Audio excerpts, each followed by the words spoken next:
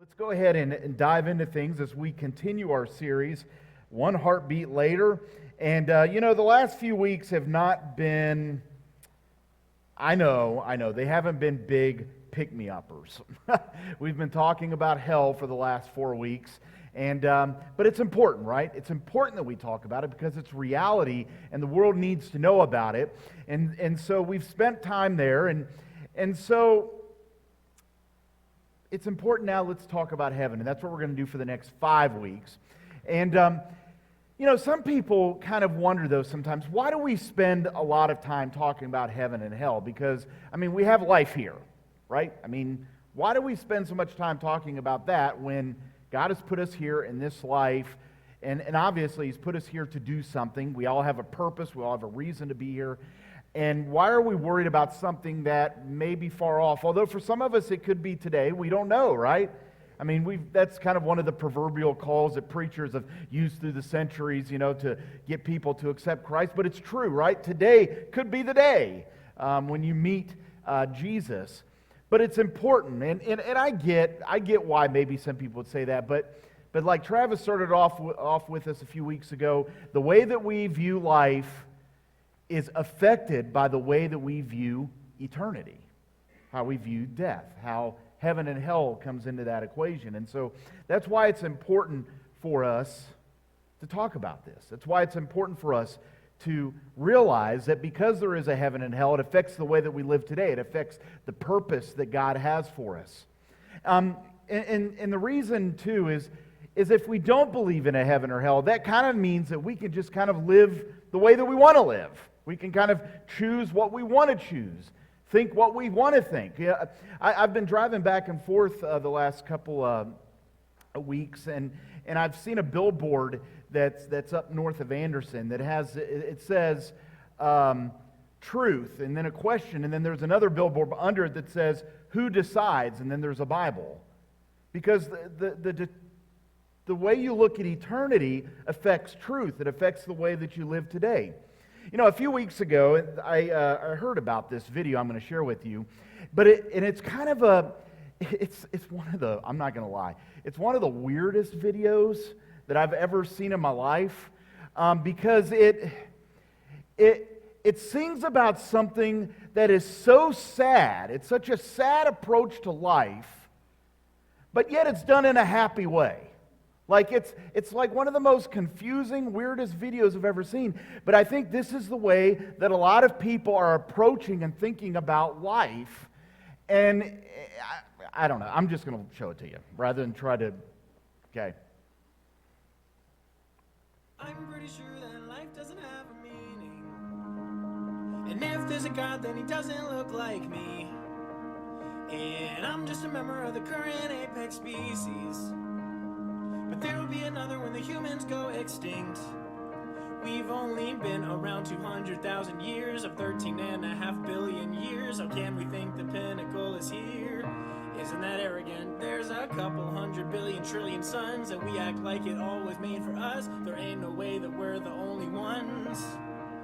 I'm not important, and neither are you. So let's do whatever we wanna do. Bask in our cosmic insignificance. So cut this blip we're living in, 'cause nothing matters anyway. Isn't that great? What do you think about that? What really got me with that was he's trying to dress something up that's so sad and so meaningless into this nice little catchy little song. I'm not going to lie, the little tune, not the words so much, but just it's kind of catchy. But see, that is what happens when you don't believe in a heaven or hell. One of the things that really jumped out at me, if you notice, there was one little line that he put in there. He says, you can do whatever you want. And I really think that is what a lot of this comes down to. I think a lot of what it comes down to is we as humans, we tend to have a very selfish, inwardly focused way. The Bible talks about this over and over and over again. And so we don't like this idea that God, or anybody for that matter, can tell us what to do. And so we've just decided, okay, we'll just make this easy. We'll just take God out of the equation. We'll take eternity out of the equation. But the fact is that because we wonder about eternity, we wonder about God. C.S. Lewis talks about this, that's a very reason to believe that there is God. Because we have this question in our heart, this yearning for God, this yearning for His love. And we have this yearning for our home. And that's what heaven is. Heaven is the home that we all look forward to. We all look forward to living in God's glory. And as we talk about heaven, I'm just going to tell you right now, I'm going to echo what Paul says. I'm going to read a verse that he shares with us. Actually, I'll just go ahead and read it now, because he says, this is what the Scriptures say when they say when they say that no eye seen, no ear has heard, and no mind has imagined what God has prepared for those who love Him. You know what Paul's saying there? He's saying, I might try to describe heaven to you, but I'm going to come up woefully short. I'm going to come up woefully short in this. And I'm going to tell you right now that the glories and the wonders of heaven, I'm going to come up woefully short, because it's so much better than anything that I can share with you. We're going to look at a few passages today. We're going to kind of jump around a little bit too. But in John chapter 14 and then also in Revelation chapter 21. And I want to share this with you because maybe you need to hear this today. Maybe you need this reassurance. You need this hope again today. In John chapter 14 it says, "Do not let your hearts be troubled. You believe in God, but believe also in me. My Father's house has many rooms. If that were not so, would I have told you that I am going there to prepare a place for you? And if I go and prepare a place for you, I will come back and take you to be with me, that you may also be where I am. You know the way to the place where I am going." And Thomas, one of his disciples, said, "Lord, we don't know where you're going, so how can we know the way?" And then Jesus said this. He said, "I am the way and the truth and the life. No one comes to the Father except through me." No one comes to the Father except through me. You know, John wrote these words, and then we know that later in life he shares with us in the book of Revelation. And I want to read from Revelation 21, verses 1 through 5 and 7. Here's what he says.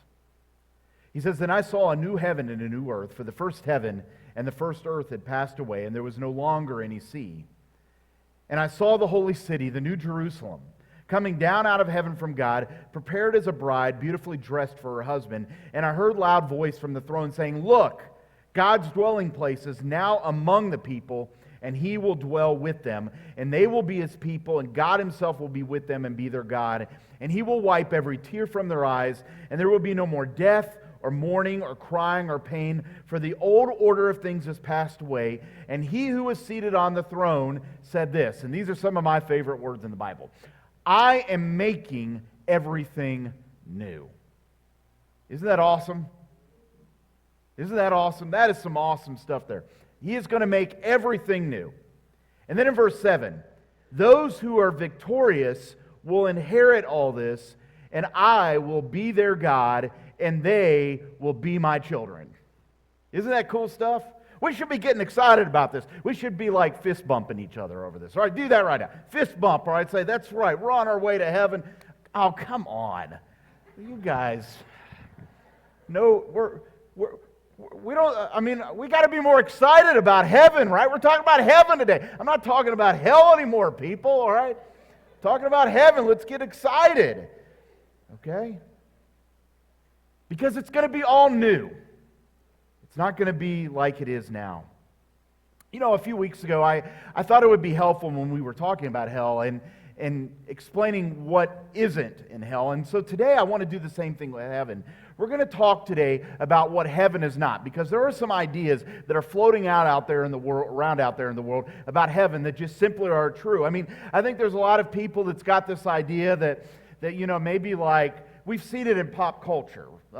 Maybe you're going to be sitting on a cloud stroking a harp or something, or you know, we've seen these what are they? Precious moments. You see these little figurines with the angels. They look like these fat little bald babies, you know, that are like, maybe that's what God's going to turn us into, which I don't know that I want to look like a fat bald baby for eternity, okay? I mean, there's a lot of different ideas that are out there about heaven and what it's going to be like, and there's these misconceptions. I want to try to help push some of these aside for us today, because I think it's important for us to understand what heaven is really like. And so here's the first misconception about heaven, and that is this, is that heaven will be boring. See, and I think this comes from this idea that, again, it's like going to be like a church service for eternity. Now, I love going to church, and I could sing, I don't know about eternity. I don't know if I could like stand up here for eternity, but I think a lot of people, they have this idea, it's like some boring church service. We're sitting there for eternity just singing, and that's what it is. But that's just simply not the case. And I think that one of the reasons that this comes around, we got to remember these misconceptions come along because the devil is a liar. And so what does he want to do? He wants to try to make bad look good, and he wants to try to make what? Good look bad. So he's going to try to make heaven look like this horrible place to try to maybe move our attention from where the true horrible place is, and that is with him in hell. You know, when I think of Satan, I think of him as the father of lies. And if you think about it, there's another reason why Satan isn't very happy and wants to say a lot of good things about heaven, and that is because we know from the Scripture that he was once there. And actually, we know that he tried to take it over. We know that there are 3 archangels that are spoken of in the Bible. We have Michael and Gabriel, and then there was a third one, and that was Lucifer, who we now know as Satan, the devil, right? And Lucifer, we think, was probably like an angel that was one of these worshipful angels. He was this glorious creature who was in heaven, but then he became jealous of God. Over time, he started to see God, and he's like, you know what, I want to be like God. And that's really been the lie he's perpetuated ever since. I mean, you go into the Garden of Eden in Genesis, right? He's telling Adam and Eve, hey, you could be just like God. So he had this real problem with giving all this glory to God, and so he becomes jealous of God. And we know in the book of Isaiah, it speaks of this. He essentially tries to be God, and then God casts him out of heaven, and we know about a third of the angels were also cast out with him. And these will be the demonic forces that have infiltrated our world today. So maybe you're asking, okay, we're talking about heaven. I mean, what does Lucifer, what is Satan, what does he have to do with what we're talking about today? I want to remind you when we talk about these misconceptions, yet again, that he lies, and he's going to try to deceive us, and we know that he comes to steal and to kill and destroy, and he wants to destroy everything that matters to the heart of God. He is so anti-God through and through. He's going to do what he can. And you know what? If I were the devil, and I'm not, but maybe I've had moments, where I might seem like it. If I were the devil and I was trying to keep people from following God, I would try to build into them the mindset like we saw in the young man in this video. He's pretty good at it. He's pretty good at this. We got to give Satan some due, okay? We know he's defeated. We know that God's greater, but he's wise as a serpent, isn't he? And that's what he's done. He has taught some people one of the misconceptions, that heaven will be boring.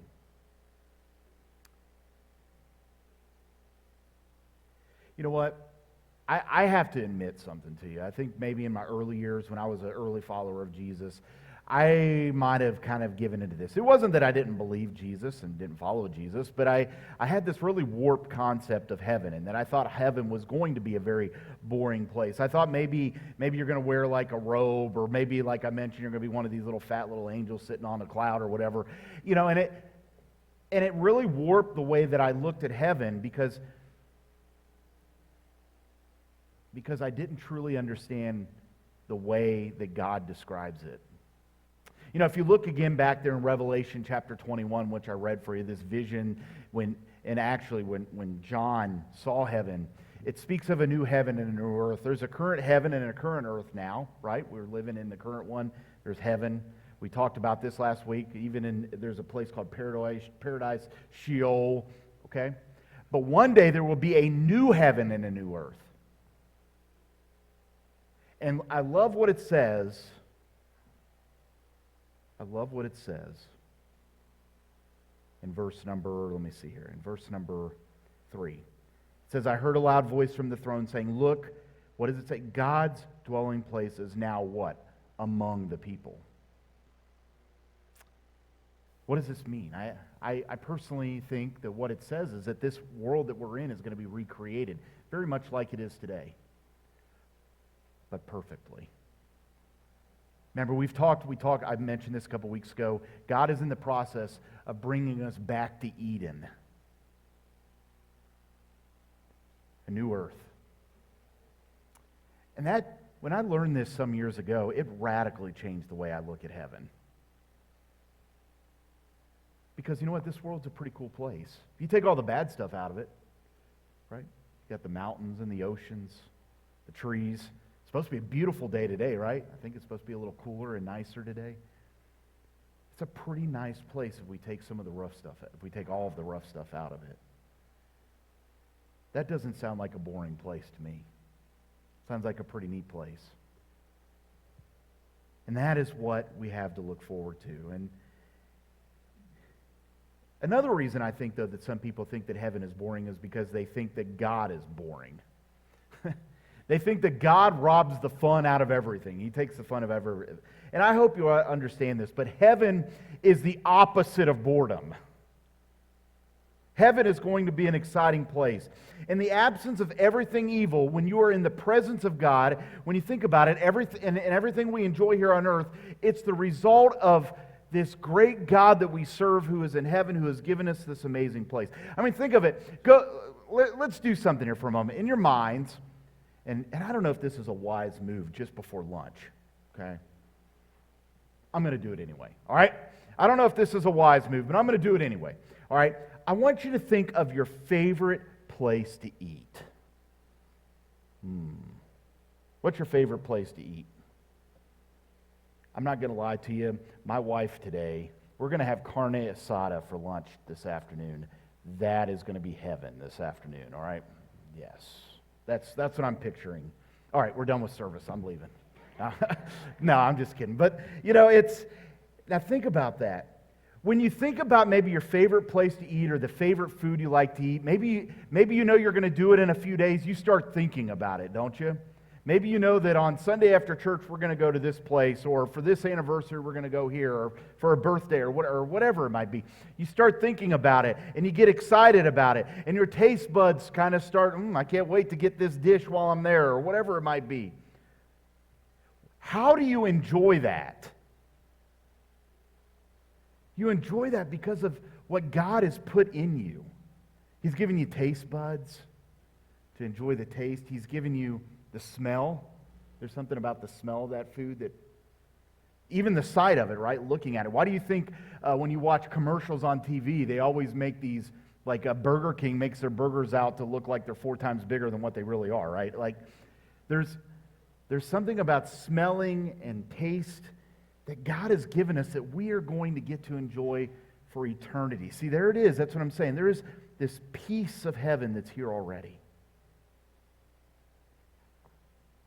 Heaven is the opposite of boredom. See, when you go to heaven, you enjoy everything that you've enjoyed on earth, but there will be no more sin, there will be no more pain, no more sorrow, no more death. It's the absence of everything evil. It's the presence of everything good. See, again, heaven is the opposite of boredom. It's the presence of God. And so what I want to do here is just show you a few things really quick about what heaven will be like. One of the things we know about heaven is that we will know one another and we will love and be loved. In 1 Corinthians chapter 13, verse 12, it says, "For now we see only a reflection, or as in a mirror, and then we shall see face to face.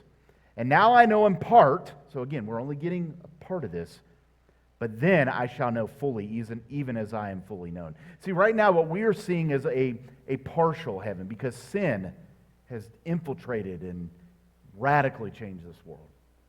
But one day we will see it in its fullness. And one of the things that like Paul's referring to here is we will recognize one another. We will know, we will love, we will be loved. Imagine going down the street and never getting cut off by somebody anymore. Imagine going somewhere and somebody never yelling at you. You know, I look forward to umpiring baseball games where coaches aren't getting on my case anymore, all right? You know, stuff like that, right? Right, Mike? You look forward to that? That's the kind of officiating we want to do, right? Kelsey, I know you and Jeff do it too. Yeah, we look forward to that. And in heaven, we're going to have that. We're going to have this beautiful, wonderful place. You'll be able to go up to Peter maybe, and you'll be able to ask him, what was it like to walk on water with Jesus? You can go up to David and say, man, what was that moment like when you struck down Goliath? All of these things we're going to get to do and get to ask and get to be a part of. That does not, to me, sound like a boring place. You know what, maybe some of you ladies who have given birth to kids, you can go up to Eve and say, what were you thinking, right? We know back in Genesis it says the childbirth would be made hard because she tempted Adam. It's a beautiful thing to think of being a part of a place where you will know one another and love and be loved. And for those of us who have maybe lost loved ones whose faith was in Jesus Christ, maybe if you've lost a child, and we're going to talk about this in a message in a few weeks, but maybe you've lost someone in a tragedy, maybe you've lost a child or lost a friend, you're going to be reunited there. That sounds like a really exciting place. Now, there's something else about heaven. Heaven is going to be a place of unimaginable beauty. You know, John talks about it some more in Revelation 21. If you go on later, here's what he says. He says, the angel who talked with me had a measuring rod of gold to measure the city, its gates, and its walls. And the city was laid out like a square as long as it was wide, and he measured the city with the rod and found it to be 12,000 stadia in length, and as wide and as high as it is long. And the angel measured the wall using human measurement. It was 144 cubits thick. These are really big measurements. And the wall was made of jasper, and the city of pure gold, as pure as glass. And the foundations of the city were decorated with every kind of precious stone. And the first foundation was jasper, and the second sapphire, the third agate, and the fourth was emerald. And the fifth was onyx, the sixth was ruby, the seventh chrysolite, the eighth beryl, the ninth topaz, the 10th turquoise, the 11th jacinth, and the 12th amethyst. The 12 gates were 12 pearls, each gate made of a single pearl. The great street of the city was of gold, as pure as transparent glass. And this is heaven that he's talking about. And then there's the new earth. What a beautiful and amazing sight it will be. It's going to be a place of unimaginable beauty. I mean, think of living in a place like heaven and here on earth, where these two places, as it says here in Revelation, become one, and you get to see what God can do in its fullness. I mean, imagine something maybe like this. Imagine maybe going to a petting zoo where all the animals are tame. Imagine you could walk up to the lion's cage and, just kind of, pet him like your cat, okay? Things are going to be different. I mean, think about the most beautiful places that you've been on earth. For me, some years ago, I think one of the most beautiful sights that I've seen I love mountains. This is a picture of a road. This might bring back some PTSD for my wife. We were driving through the Cascade Mountains near Mount St. Helens, and this is a road, and there's like a cliff that goes like 500 feet or 1,000 feet off the edge here. And I'm like driving along, isn't that beautiful? And she's like, just keep your hand on the wheel, all right? Yeah, it was not a pleasant moment for her, but for me it is. But see, that to me is in many ways a piece of what I'm talking about today. The world that God has created and will continue to recreate is a beautiful place. And most importantly and most wonderfully, we're going to see Jesus face to face. In John 3, 1 John 3, it says, "Dear friends, now we are children of God, and what we will be has not yet been made known. But we know that when Christ appears, we shall be like him, for we shall see him as he is." We're going to be just like him, similar to him. I mean, if you look throughout the Word of God, you recognize that you can't... This verse, maybe we take it for granted because we forget how amazing it is that we are actually going to be allowed to be in the presence of God. Because throughout the Old Testament, that was a big no-no. You weren't allowed to be with God. And there were places where people were actually killed in God's presence. They died in God's presence. Moses said one time, I want to see your glory. And God told him, he's like, you know what? You can't handle my glory. You can't handle it. I'm going to pass you by. You can't see me. Every year, and I've shared this with you before, but every year in the Old Testament, when a priest would enter into the most holy place, or the Holy of Holies, they would go into this room, not very big, maybe a little bit bigger than the stage up here, but in the middle would be the Ark of the Covenant. And on top were a couple of angels, and on top of that was considered where God's presence was. This was called the mercy seat. And once a year, a priest would go in and would sprinkle blood on the Ark of the Covenant to atone, or to hold back, and really, the sins of the people for another year. But they were always afraid that the guy, because usually the high priest that went in there was a pretty old guy, they were afraid that he might croak in there, right? Okay? So you know what they do? They'd hook a rope around his foot or his leg, and they would stand. I've got this weird picture, and you've got this curtain, and he walks in, and you got this rope, and they're out here holding it, and they keep jerking. You still alive in there? But why did they do that? Because they were afraid of God's presence. They knew that there was a good likelihood. It might not be that this guy dies from being an older guy. It's because he came into contact with God himself. So when we look at this verse that I just shared with you back here in 1 John 3, when John says that we get to actually be in God's presence, this is an amazing thing. This is something totally new that we will get to experience, that we will get to see Jesus face to face. Now, another thing is we're going to have new and perfect bodies. I look forward to that. In 1 Corinthians, and this is a pretty lengthy passage, but I wrestled this week. I'm like, no, we're going to read this whole thing. It's 20 verses, okay? But it gives you this beautiful description from Paul. Here's what he says. He says, but someone will ask, how are the dead raised? With what kind of body will they come? How foolish. What you sow does not come to life unless it dies. When you sow, you do not plant the body that will be, but just a seed, perhaps of wheat or of something else. But God gives it a body as He has determined, and to each kind of seed He gives it its own body. Not all flesh is the same. People have one kind of flesh, animals have another, birds another, and a fish another. There are also heavenly bodies and there are earthly bodies, but the splendor of the heavenly bodies is one kind, and the splendor of the earthly bodies is another. The sun is one kind of splendor, the moon another, and the stars another, and the stars differ from star in splendor. So will it be with the resurrection of the dead. The body that is sown is perishable, but what happens?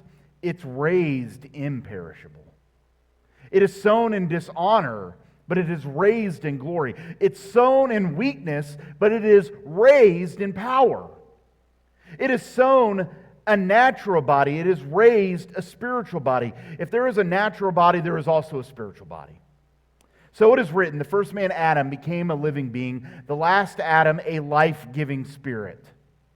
The spiritual did not come first, but the natural, and after that, the spiritual.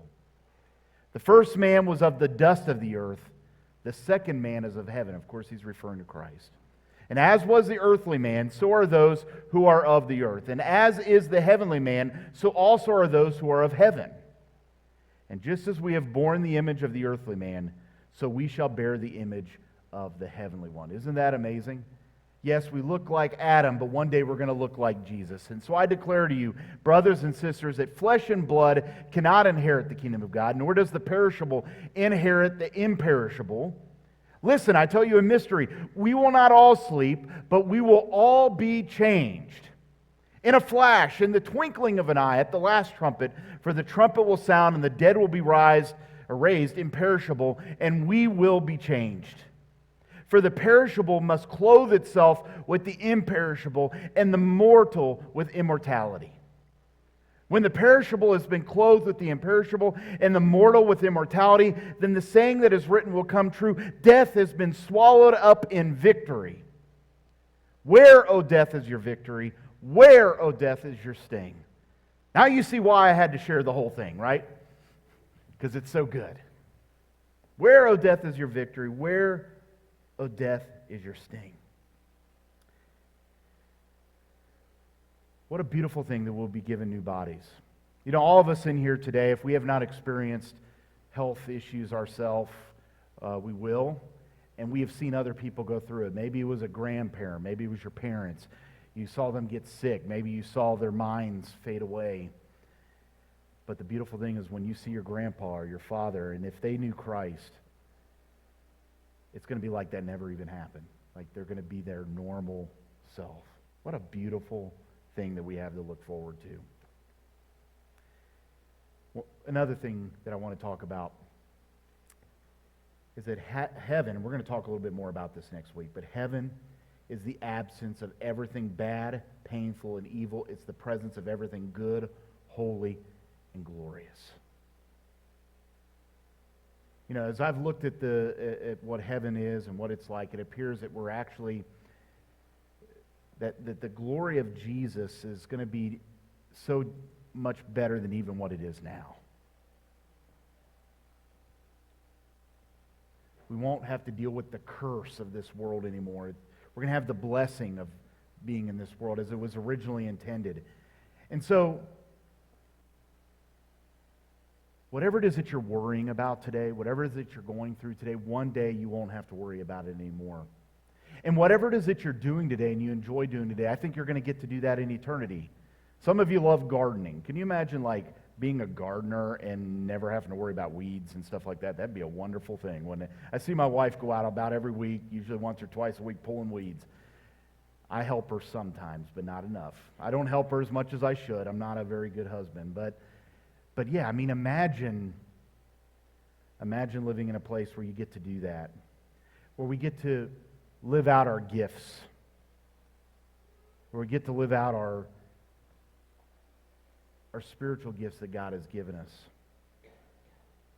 So in heaven there will be no more death, there will be no more sorrow, sickness, fear, stress, depression, sleepless nights, anxiety, abuse, heartache.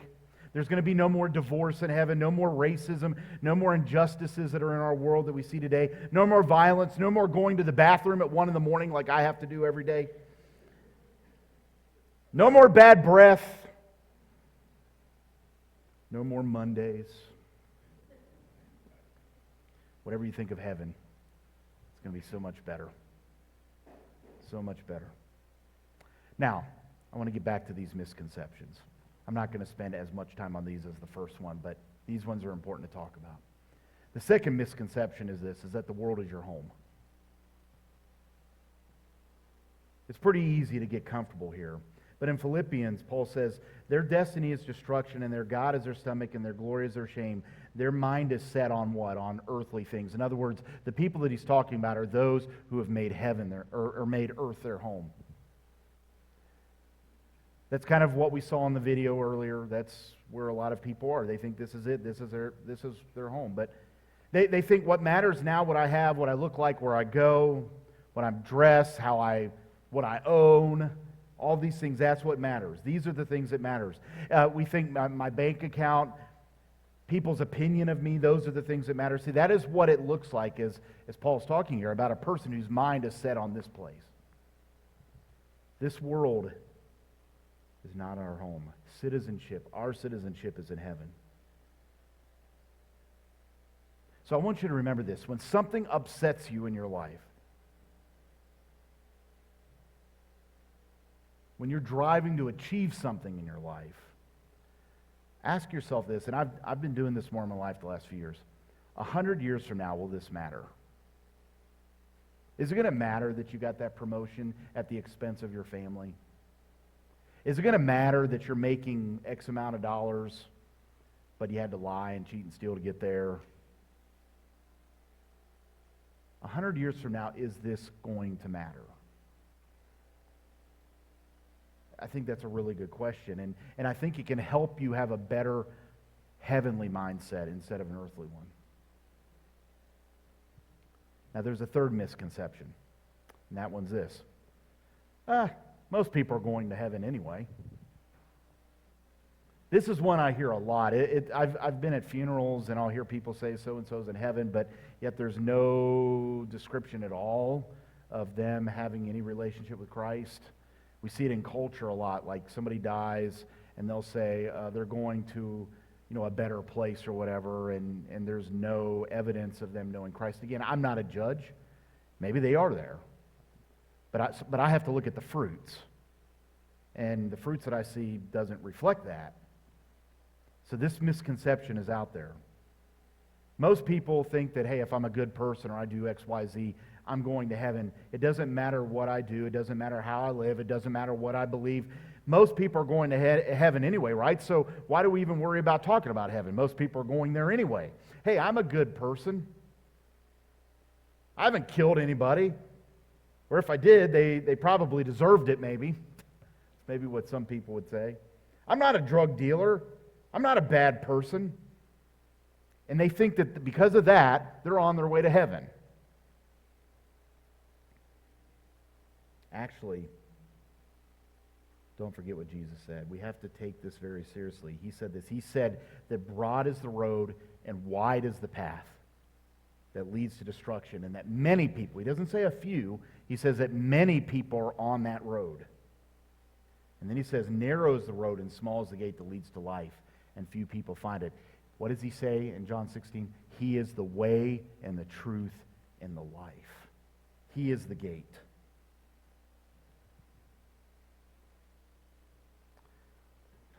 The truth is that good people, we've talked about this, but I'm going to keep saying it. The truth is that good people don't go to heaven when they die. So who is it that goes to heaven? It's forgiven people. People who have placed their faith in Jesus Christ. People who are forgiven through the grace of Jesus. Those are the people that go into heaven.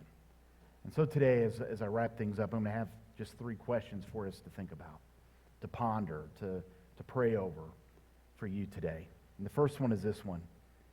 Am I eternal minded? Am I thinking about eternal things, or am I so focused on the here and now that I've forgotten about my citizenship actually being in heaven? Think about that for a second.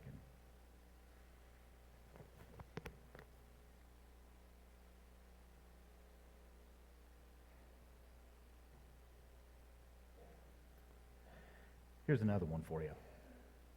Are you looking forward to heaven? And what is it about heaven that you're looking forward to? Is it something that you're thinking about, excited about? Even while you're here on earth and accomplishing the work that he has for you here, are you excited about that? Do you put much time or thought into it? If not, maybe you should.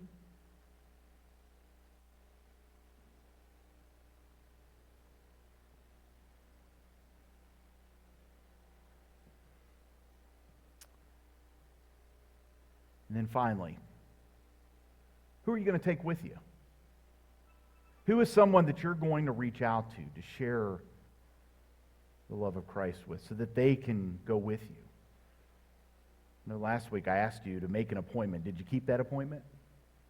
If not, what's holding you back this week? Who do you want to take with you? I want to invite you to think of that person, maybe even to say a prayer for them here right now.